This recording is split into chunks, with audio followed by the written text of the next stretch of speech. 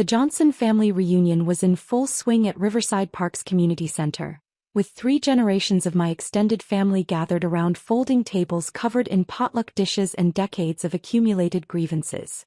I sat at the far end of one table, quietly eating my cousin Maria's famous potato salad while listening to the annual tradition of family members recounting their achievements for the year. Uncle Bob was describing his promotion to regional sales manager. Cousin Kevin was detailing his new house purchase. Aunt Patricia was showing pictures of her European vacation. The conversation flowed around me like water around a stone, with occasional polite nods in my direction but no real inclusion in the festivities. I'd grown accustomed to being the family afterthought over the past 15 years. The quiet cousin who'd never married, never had children, never seemed to accomplish anything worthy of celebration at these gatherings. I worked as a freelance graphic designer, lived in a modest apartment downtown, and drove a 10-year-old Honda that had seen better days. To my family, I was Ashley Johnson, the 34-year-old disappointment who'd somehow failed to launch into a proper adult life despite their repeated advice about finding a real job and settling down. What they didn't know was that my freelance graphic design work was actually a carefully maintained cover story for something much more significant. For the past 12 years, I'd been building and managing Zenith Capital, a private investment firm specializing in healthcare technology startups. What had started as a small venture fund with money I'd inherited from my grandmother had grown into a portfolio worth over $200 million. My family's perception of me as financially struggling wasn't entirely wrong. I deliberately lived frugally and maintained modest appearances to avoid questions about my actual income. The truth was that most of my profits went directly into charitable giving, specifically anonymous donations to causes that could make a real difference in people's lives. But sitting at this reunion table, listening to my relatives discuss their modest achievements with such pride while completely ignoring my presence, I was beginning to question whether my anonymity was really protecting anyone or just enabling their condescension. Aunt Linda, my father's older sister and the self-appointed matriarch of the Johnson family, stood up with her wine glass to make her traditional reunion toast. At 68, she'd spent her career as a high school principal and had never quite shaken the habit of treating everyone like wayward students in need of guidance. "I want to say how proud I am of everyone here," she began, surveying the room with satisfaction. "Look at what this family has accomplished. Bob's promotion, Kevin's new house, Patricia's successful retirement." She gestured around the table, naming achievements and praising various family members for their contributions to society, their professional success, and their role in maintaining the Johnson family legacy. "We're a family of achievers," she continued. "People who work hard, give back to their communities and make a difference in the world." The murmurs of agreement rippled through the room. "Of course," Aunt Linda added, her gaze settling on me with the kind of pointed look that had probably terrified generations of high school students. "Not everyone finds their path as easily as others." The subtle dig was delivered with a smile, but everyone at the table understood the implication. I was the cautionary tale, the family member who served as an example of what happened when you didn't apply yourself properly. "But that's okay," she continued with patronizing kindness. "Everyone contributes in their own way." Cousin Jennifer, Uncle Bob's daughter, jumped in with the enthusiasm of someone who'd been waiting for this moment. "Actually, I've been thinking about Ashley's situation, and I have some ideas that might help." "Oh, here we go. There are some great programs for people who want to transition into more stable careers," Jennifer said, addressing the table as if I wasn't sitting right there. "I could help you put together a resume, maybe look into some entry-level positions at companies with good benefits." "That's so thoughtful of you," Aunt Patricia chimed in. "Ashley, honey, you're not getting any younger. It's time to think about building something sustainable." Uncle Bob nodded sagely. "The gig economy is fine when you're young, but you need security as you get older. Health insurance, retirement savings, that kind of thing." I smiled and nodded politely, a response I'd perfected over years of these conversations. "I appreciate the concern. The thing is," Aunt Linda said, warming to her theme, "success isn't just about making money. It's about contributing to society, making a difference in people's lives, leaving the world better than you found it." More nods around the table. "Take our family for example. Bob's sales work helps small businesses grow. Patricia's teaching career shaped young minds. Kevin's construction company builds homes for families. We all do work that matters." She paused dramatically, her eyes finding mine again. But what has Ashley ever done for anyone? What's her contribution? What legacy is she building? The question hung in the air like a challenge. Around the table I saw family members shifting uncomfortably, but also nodding in agreement. This was clearly something they'd discussed before, probably at previous reunions when I wasn't around to hear it. I mean, graphic design is fine, Aunt Linda continued, but it's not exactly changing the world, is it? It's not like she's curing cancer or feeding the hungry or building hospitals. The irony was so profound I almost laughed out loud. Because 3 weeks ago, I'd signed the paperwork for the largest anonymous donation in St. Mary's Regional Hospital's history. $50 million to fund a new cancer research center, complete with state-of-the-art equipment and facilities that would serve patients throughout the entire region. For 5 years I'd been quietly funding medical research, supporting homeless shelters, endowing scholarships for underprivileged students, and bankrolling community development projects. My modest lifestyle wasn't a sign of failure. It was the result of giving away approximately 70% of my annual income to causes that actually mattered. But I'd done it all anonymously, partly for tax reasons but mostly because I believed in the importance of giving without seeking recognition. I'd never wanted praise or gratitude. I just wanted to make a difference. Sitting here listening to Aunt Linda question my contributions to society while surrounded by family members who'd never donated more than $20 to charity, I was beginning to reconsider the wisdom of that approach. Maybe it's not too late, Jennifer offered optimistically. Ashley, what if you volunteered somewhere? Like a hospital or a food bank? It would be good experience and you could start building a track record of community service. Great idea, Uncle Bob agreed. Start small, prove you can handle responsibility, then maybe work your way up to something more significant. Aunt Linda nodded approvingly. Volunteering would be perfect. Show that you care about something bigger than yourself. I was about to respond when the TV in the corner of the community center, which had been playing quietly in the background, suddenly increased in volume. Someone had grabbed the remote to catch the evening news. Good evening, I'm Dana Mitchell with Channel 7 News. We begin tonight with breaking news from St. Mary's Regional Hospital, where officials have announced the largest private donation in the institution's 75-year history. The conversation at our table stopped abruptly as everyone turned toward the television.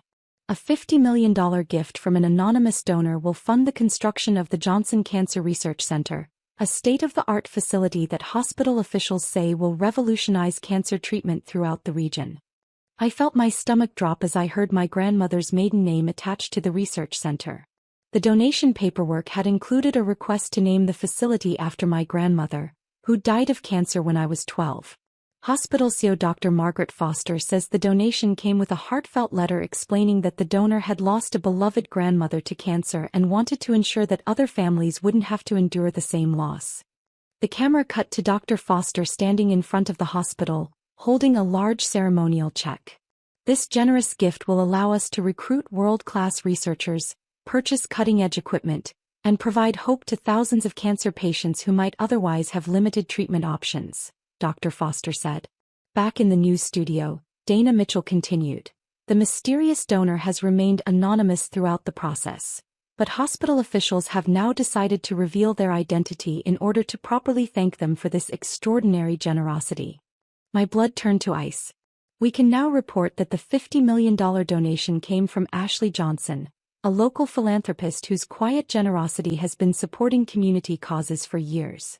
The screen filled with my photo, a professional headshot that the hospital's PR department had somehow obtained from my investment firm's website. The silence in the community center was deafening. Channel 7 has learned that Ms. Johnson is the founder and managing partner of Zenith Capital, a private investment firm specializing in healthcare technology.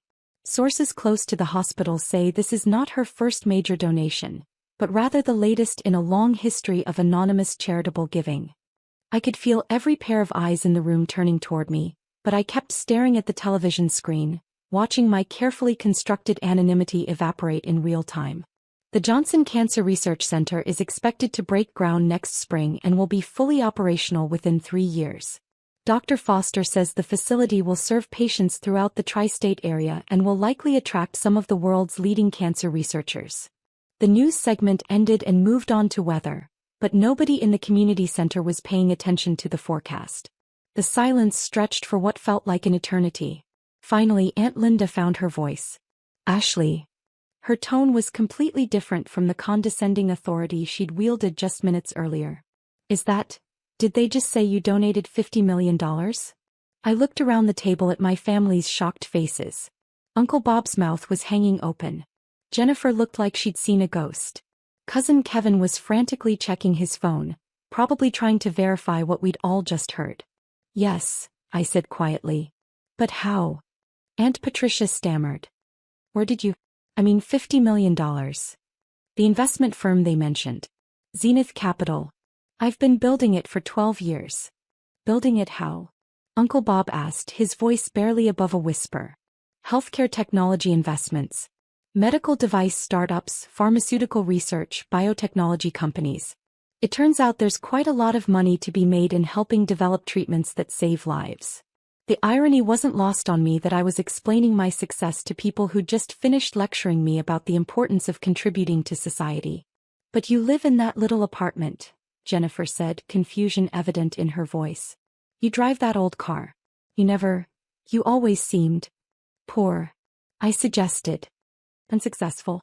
Like I hadn't figured out how to be a proper adult. She nodded, looking embarrassed. "I live modestly because I give most of my money away. The apartment is comfortable and convenient. The car runs fine. I don't need luxury when there are cancer research centers to fund." Aunt Linda was staring at me like she'd never seen me before. "Ashley, I had no idea. None of us did." "I know. But why didn't you tell us? Why didn't you ever mention what you were doing? Would it have mattered? Would any of you have been interested in my work if you'd known it was profitable? Or were you only interested in dismissing it because you assumed it wasn't?" The uncomfortable shifting around the table told me everything I needed to know. "For 15 years, I continued, I've listened to lectures about finding a real job, getting serious about my career, starting to contribute something meaningful to the world. Not once did anyone ask what I was actually working on. Not once did anyone show curiosity about my projects or my clients or my goals." "Ashley, we didn't know," Aunt Patricia began. "You didn't want to know. It was easier to assume I was a failure than to consider that maybe I was building something you couldn't see." I stood up and gathered my purse. For the record, the Cancer Research Center isn't my first major donation. Over the past 5 years, I've given away approximately $40 million to various causes. The Children's Scholarship Fund at the community college? That was me. The new wing at the homeless shelter? Also me. The free clinic that opened downtown last year? Me again. The stunned silence continued. "But here's what's really interesting," I said, looking directly at Aunt Linda. "You asked what I'd ever done for anyone, what my contribution was, what legacy I was building. The answer is that I've probably done more to help this community than everyone in this room combined. I just did it quietly without needing recognition or praise." I paused at the edge of the table. "The difference between us isn't that you've accomplished more than me. The difference is that you need everyone to know about your accomplishments, while I've been content to let my work speak for itself." Uncle Bob finally found his voice. "Ashley, we're sorry. We had no idea about any of this." "I know you're sorry. But sorry doesn't change the fact that you spent 15 years treating me like a charity case while I was literally running a charity." I walked toward the exit, then turned back one more time. "For what it's worth, I'm proud of all of you. Bob's promotion, Kevin's house, Patricia's retirement. Those are real achievements that matter. But maybe next time, before you decide someone hasn't contributed enough to society, you might consider asking them what they've actually been working on." The drive home was surreal. My phone was buzzing constantly with calls and texts from family members who'd apparently spent the time since I left frantically Googling my name and my company. The search results, I imagined, were quite illuminating. When I got home, I found 17 voicemails, 43 text messages, and 87 emails. Most were from family members expressing shock, apology, and requests for a chance to talk. Several were from reporters who'd somehow gotten my contact information and wanted interviews about my philanthropic work. One voicemail stood out from the rest. It was from my cousin Maria, the one whose potato salad I'd been eating when this whole drama began. "Ashley, it's Maria. I just wanted to say, I'm proud of you. Not because of the money but because of what you've done with it. My mom died of cancer 5 years ago, and knowing that there's going to be a research center that might help other families, that means everything to me. Thank you. That message made all the years of condescending family conversations worth it. The next morning, I woke up to find my story on the front page of the local newspaper. Local philanthropist's secret generosity revealed. The article detailed not just the hospital donation, but the investigative work reporters had done to uncover my other charitable activities. It turned out that my anonymous giving hadn't been quite as anonymous as I'd thought. Once reporters started digging, they found patterns, connections, and sources willing to talk about the mysterious donor who'd been quietly supporting the community for years. By noon, I'd received calls from 3 television stations, 2 magazines, and the mayor's office, which wanted to give me some kind of civic achievement award. I declined all the interview requests but agreed to meet with the mayor. Public recognition wasn't something I'd ever wanted, but if it encouraged other people to give back to their communities, maybe it was worth the discomfort. The family reunion aftermath took weeks to settle. Aunt Linda called repeatedly, alternating between apologies and requests for advice about getting involved in charity work. Uncle Bob wanted to discuss investment strategies. Jennifer asked if there were opportunities to volunteer with my foundation. The most meaningful conversation came 3 weeks later when I met Aunt Linda for coffee at a small cafe downtown. "I owe you more than an apology," she said after we'd ordered. "I owe you an acknowledgement that I was completely wrong about your life and your contributions. Thank you. I keep thinking about what you said at the reunion. About how we never asked what you were actually working on. You're right. We assumed we knew everything about your situation without ever bothering to learn the facts. It's easier to make assumptions than to ask questions," I said. "But that's not an excuse. We're your family. We should have been interested in your work, your goals, your dreams, regardless of whether we thought they were successful." She stirred her coffee thoughtfully. "Can I ask you something?" "Sure. Why did you keep it secret for so long? Why didn't you want us to know what you were accomplishing?" It was a fair question that I'd been asking myself since the news broke. I think partly because I was afraid you'd only be interested in me if I was successful. I wanted to know that your love was unconditional, not based on my net worth. And partly because I was tired of defending my choices. When you all assumed I was struggling, you left me alone to do my work. If you'd known I was successful, you might have had opinions about how I should be spending my money or running my business. Aunt Linda nodded slowly. We probably would have. But mostly, I continued, because I believe that charity should be about helping people, not about making yourself look good. The moment you start giving for recognition instead of impact, you've missed the point. That's a beautiful philosophy. It's also a luxury that comes with having enough money to give anonymously. Not everyone can afford to be modest about their achievements. We sat in comfortable silence for a few minutes, watching people walk by the cafe window. "Ashley," Aunt Linda said finally, "I want you to know that I'm proud of you. Not because of the money but because of the person you've become. Generous, thoughtful, committed to making a difference in the world.